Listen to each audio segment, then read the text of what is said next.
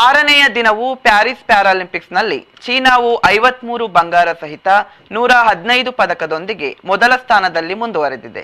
ಜೊತೆಗೆ ಪದಕಗಳ ದಾಖಲೆ ಬರೆಯಿತು. ಭಾರತವು ಎಲ್ಲ ಒಲಿಂಪಿಕ್ಸ್ಗಳಿಗೆ ಸಂಬಂಧಿಸಿದಂತೆ ಒಟ್ಟು 20 ಪದಕದ ಅತಿ ಹೆಚ್ಚಿನ ದಾಖಲೆ ಬರೆಯಿತು.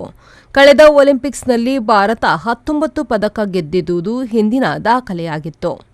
ಪ್ಯಾರಿಸ್ ಪ್ಯಾರಾಲಿಂಪಿಕ್ಸ್ನಲ್ಲಿ ಬ್ರಿಟನ್, ಯುಎಸ್ಎ, ಬ್ರೆಜಿಲ್, ಫ್ರಾನ್ಸ್ಗಳು ಕ್ರಮವಾಗಿ 30, 20, 14, 11 ಬಂಗಾರಗಳೊಡನೆ 2, 3, 4, 5ನೇ ಸ್ಥಾನಗಳಲ್ಲಿವೆ.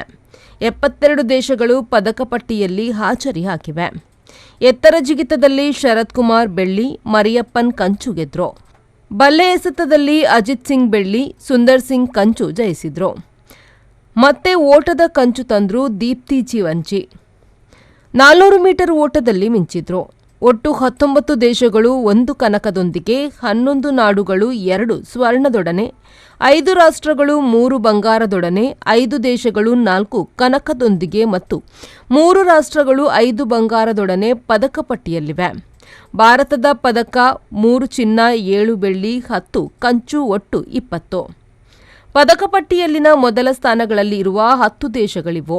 ಕ್ರಮವಾಗಿ ದೇಶ, ಬಂಗಾರ, ಬೆಳ್ಳಿ, ಕಂಚು ಹಾಗೂ ಒಟ್ಟು. ಚೀನಾ 53, 40, 22 ಒಟ್ಟು 115, ಬ್ರಿಟನ್ 30, 18, 13 ಒಟ್ಟು 61, ಯುಎಸ್ಎ 20, 22, 11 ಒಟ್ಟು 53, ಬ್ರೆಜಿಲ್ 14, 11, 23 ಒಟ್ಟು 48, ಫ್ರಾನ್ಸ್ 11, 12, 15 ಒಟ್ಟು 38, ಇಟಲಿ 10, 8, 17 ಒಟ್ಟು 35, ಉಕ್ರೇನ್ 9, 15, 21 ಒಟ್ಟು 45, ಆಸ್ಟ್ರೇಲಿಯಾ 9, 9, 14 ಒಟ್ಟು 32, ನೆದರ್ಲ್ಯಾಂಡ್ 9, 5, 4 ಒಟ್ಟು 18, ಉಜ್ಬೇಕಿಸ್ತಾನ್ 6, 4, 4 ಒಟ್ಟು 14 ಪದಕಗಳು.